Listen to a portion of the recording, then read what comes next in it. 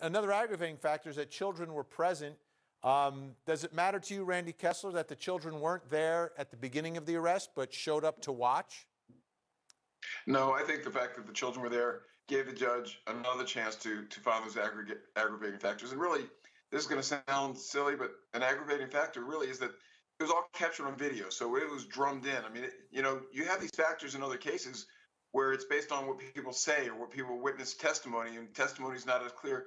This was captured on video. I mean, there was no doubt about what happened, and that sort of, while it's not in the law that you get a bigger punishment if it's captured on video, but it made it so clear and so hard to deny what happened that I think the judge had no choice but to add those aggravating factors. All right. If it applies to an unintentional murder, how could it not apply to an intentional murder?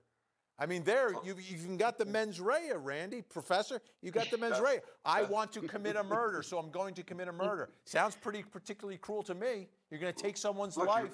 You're going to alter the lives of his family. He could have children. She could have siblings, parents. Everybody is devastated by this. It is absolutely cruel.